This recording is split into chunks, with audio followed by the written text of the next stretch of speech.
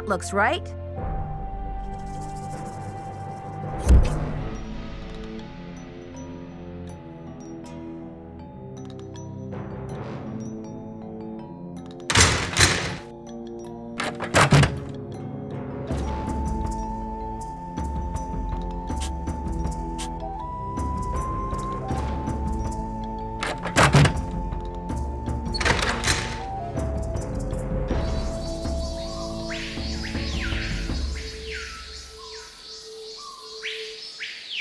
This side looks damaged.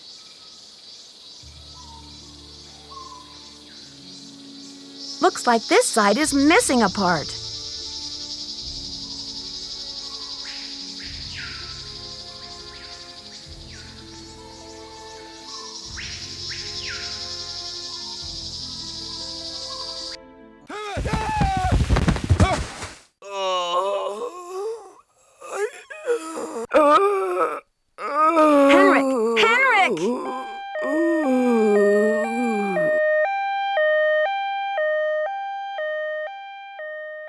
Amnesia? Wow. Henrik must have taken a real nosedive off that pyramid. Do you think he just fell, Nancy? Or was he pushed? Sounds like you need to find out about hospital visiting hours. Yeah, but you'd better get the lowdown from Joanna first. George is right. She is your supervisor, after all.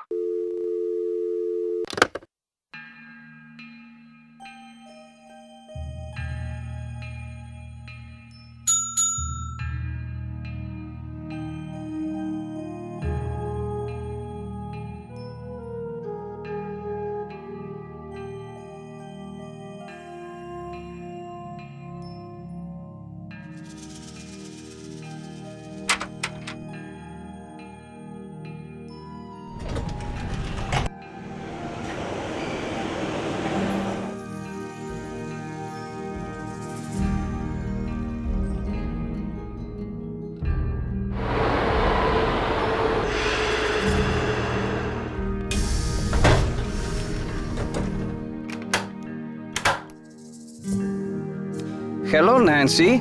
Why did Mexico choose to lend the monolith to Beech Hill and not some other museum? Joanna Riggs outbid everyone. I had no idea a small museum like Beech Hill could afford such an expensive arrangement. Do you know much about Maya glyphs? You've got me there.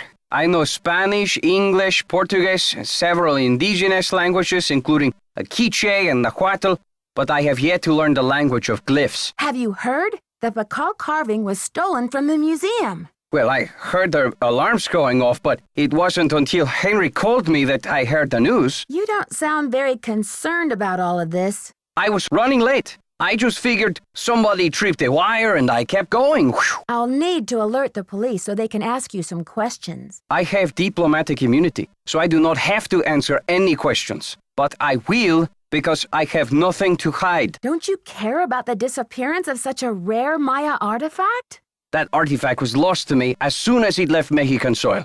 So my friend Pacal goes underground for a while until he is sold again. Suddenly, he turns up in Amsterdam or Hong Kong.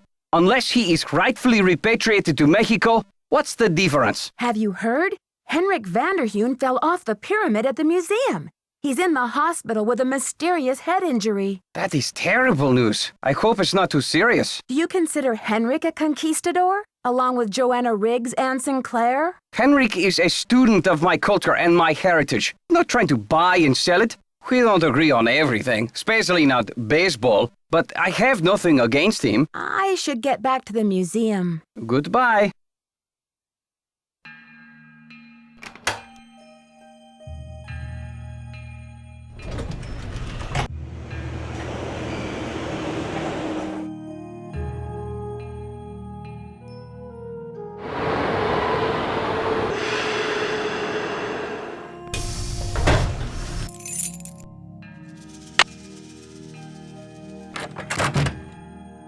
First the Pakal carving is stolen, and now my star glyph man bumps his head and forgets his own name? What's next, Nancy?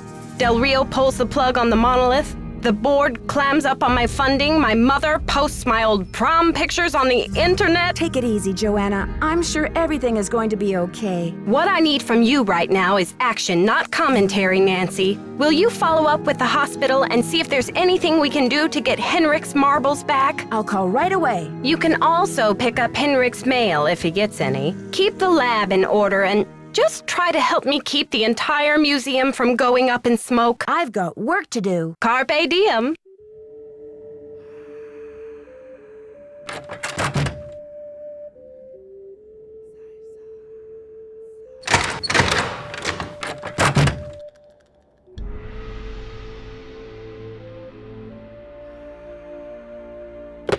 You have voicemail. Press.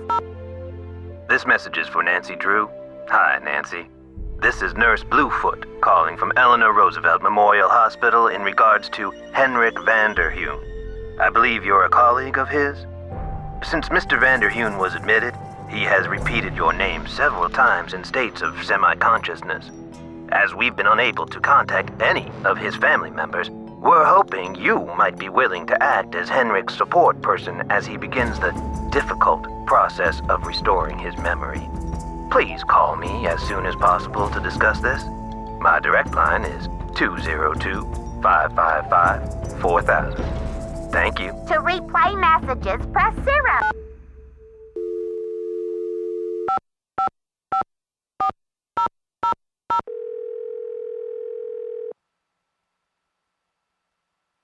This is Nurse Bluefoot. Nurse Bluefoot, this is Nancy Drew. You left me a message regarding Henrik Vanderheun. How is he? Nancy Drew? Oh, thank goodness. Oh, I'm so relieved. We've been unable to locate any family members, and we do like amnesia patients to have at least one personal support person when they begin reality orientation. What's reality orientation? Well, reality orientation is a kind of treatment that helps a patient get reacquainted with the facts and circumstances of his or her life. Henrik has not actually lost his memory. It's just that his brain is injured in such a way that he can't access the place where the memories are stored. I see. So we need to help him find the trail of crumbs. Is that it? Exactly. First, we do repetitive memory exercises to help Henrik relearn the basic facts like his name and address, the name of his parakeet, if he has one, the date, and so on. Second, we try to stimulate Henrik's sensory memories in order to help trigger or find the way back to his cognitive memories. What are sensory memories? A sensory memory is like it sounds, something that is familiar, that you recognize by sight or touch, smell or sound or what is that last one? Oh yes, taste. A cognitive memory is something that you know or remember intellectually. For example, how do you know the name of this planet? Somewhere along the way you learn that it's called Earth, and you just remember. But say you bump your head and forget the name of this planet. You don't know where in the solar system you're floating. That would be most unfortunate. Exactly. But then I show you a picture of our marvelous blue and green globe. Suddenly you remember. That glorious sight is Earth. I live on the planet Earth.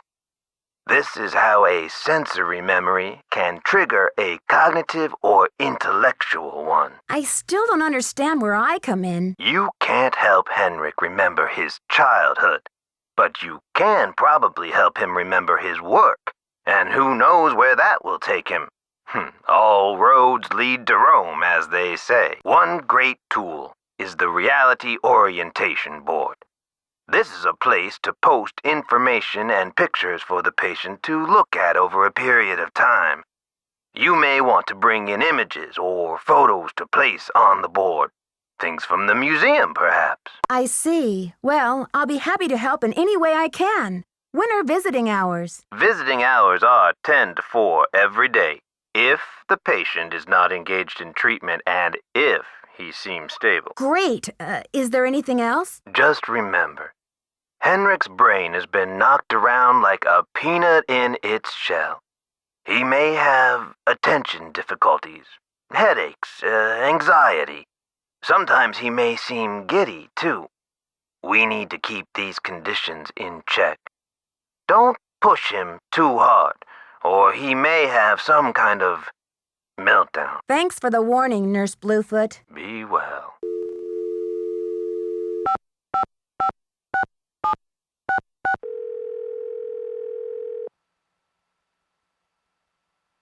Keep it real. Max speaking. Hi, do you sell a compound of mercury and sulfur? Mercuric sulfide? Oh, we sure do. How much do you need? First things first. What account's this for? Actually, I didn't call to place an order. I just need some information on Beech Hill's ordering history. Well, hello there, Beech Hill. Hey, you're not Sunny June. Whatever happened to that guy? I suppose he caught a ride on a flying saucer, huh? What a riot. I'm sorry. Anyway, you don't need to reorder, do you? Unless you ate last week's shipment for breakfast, that is. You're sure it was last week? Oh, that's what it says here. Do you know who placed that order? The initials on the order are J.R. Was the package shipped to the museum? Oh? Oops, I guess we didn't ship it at all.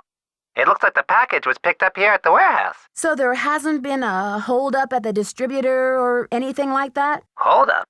Oh, I don't know where you heard that. We've got enough mercuric sulfide in-house to sink a ship. Can you remember anything about the person who picked up the package? I sure can't. Guess I must have been at lunch or something. Well, thanks for your help. Sure thing. I hope there wasn't any problem with the stuff, was there? We only used the top-grade mercuric sulfide. Judging by the impression it left, I'd have to agree that the quality was fine. Well, you sound a little green in the chemicals department, if you don't mind my saying so. I hope you know that mercuric sulfide is highly toxic. Makes you crazy. Toxic? Oh, looks like I've got another call coming in here. You give us a call in about 4 months or so when you start to run out, okie doke? And don't forget to keep it real.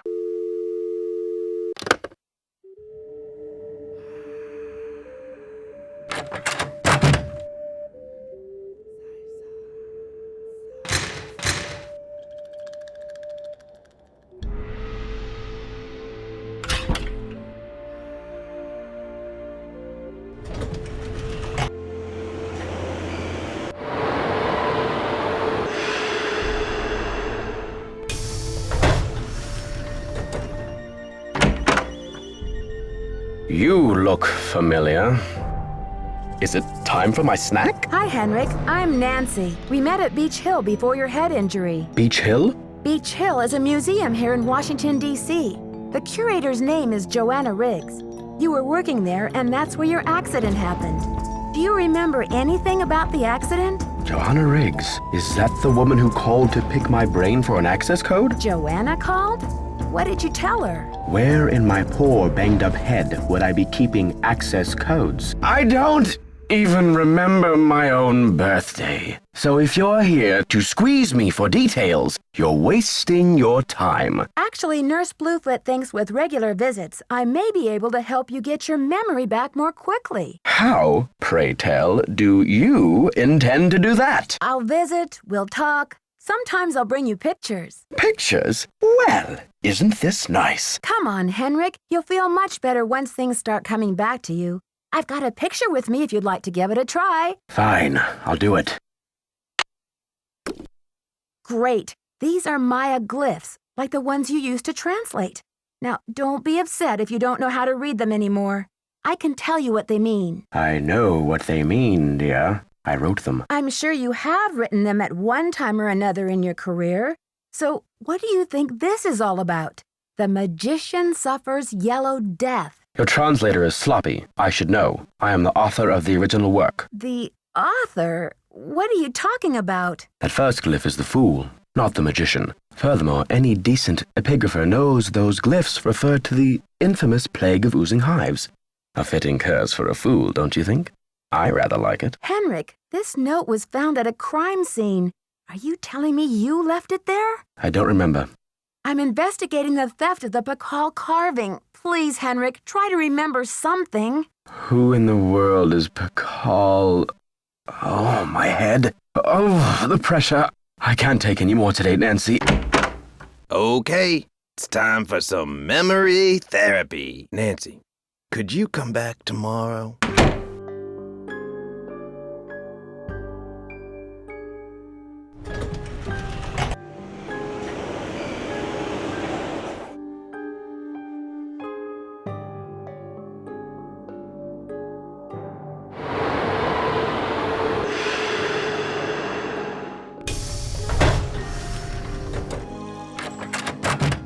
It's a fiasco, just as I feared. Oh, I'm sick about the whole thing. Yes, your fears seem to have been quite visionary. I was in the museum when it happened. Have you spoken to the police? I told them everything I know. I mean, I coughed up my brains right there on the table. So, do you think this is linked to the thefts in Topeka and New Mexico? That awful red hand was left on Prudence Rutherford's jewelry box in Topeka, and on the display case in the museum in New Mexico. What's the chance they're not connected? Do you know Prudence Rutherford personally? Oh, we saw each other at functions now and then. Poor Prudence. She adored that necklace. What's the name of the museum in New Mexico? The Chaco Canyon Cultural Center. They had a beautiful collection up there, worth a bundle, too. I appraised some pieces for them a few years back. Why do you think the thief is leaving this red handprint? To be a gruesome scoundrel? Joanna says you performed an act of wizardry in helping Beech Hill acquire the Pakal carving. Getting those provenance docs together was a pig and a half. Oh, they're on the up and up, I assure you. But to have been at the height of my career back before the crackdown, those were the days. A pig and a half? Maybe sometime I'll tell you a sad story I call How Mexico Lost Its Sense of Humor. Not today, though, Nancy. Alejandro says you're unethical, a modern-day conquistador, that you're robbing Mexico of its cultural history. And I say Alejandro is the real bully of the playground, a lunch money extortionist who loves nothing more than to see the other boys and girls go hungry. When you sell a piece of art, what kind of commission do you get? Standard, 10%. It's no king's ransom, unless of course you sell something for $1 million. Too bad I'm not allowed to put that monolith on the market, huh? I need a photo of the Pakal carving. Do you have one? Joanna took the official print for her insurance claim, but I have a couple extras. Here you go. Keep up the good work.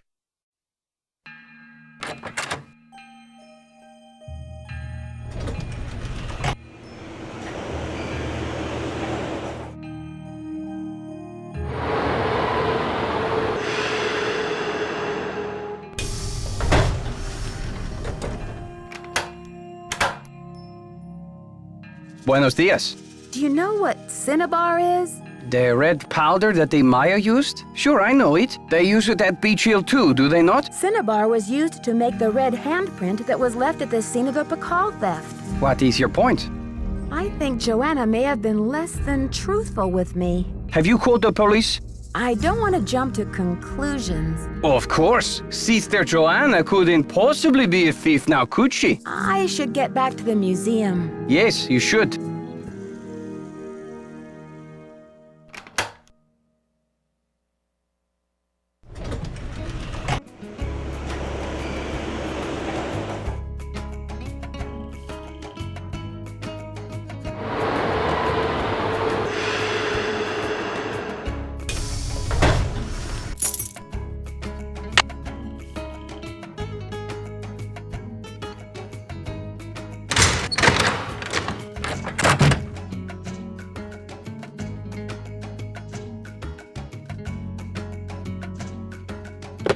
You have voicemail. Press.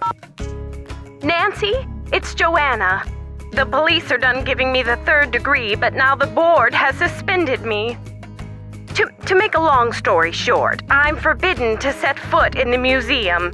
Could you please call Franklin Rose and try to reason with him? If we don't get a move on, this exhibit is going straight down the tubes. To replay messages, press 0.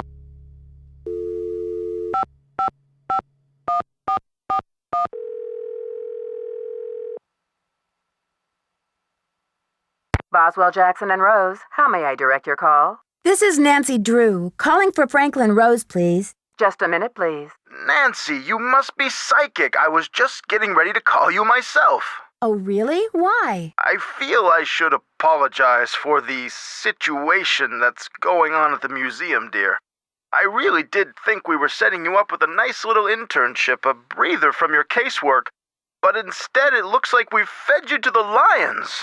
Well, in all my travels, I still haven't found a mystery-free zone, Mr. Rose. Speaking of travel, I got a postcard from your father in Ouagadougou. Apparently, Burkina Faso has become the cultural darling of West Africa. He must be having quite an adventure. Like father, like daughter. Anyway, Mr. Rose, I'm calling about Joanna. I think I know what you're going to say, Nancy.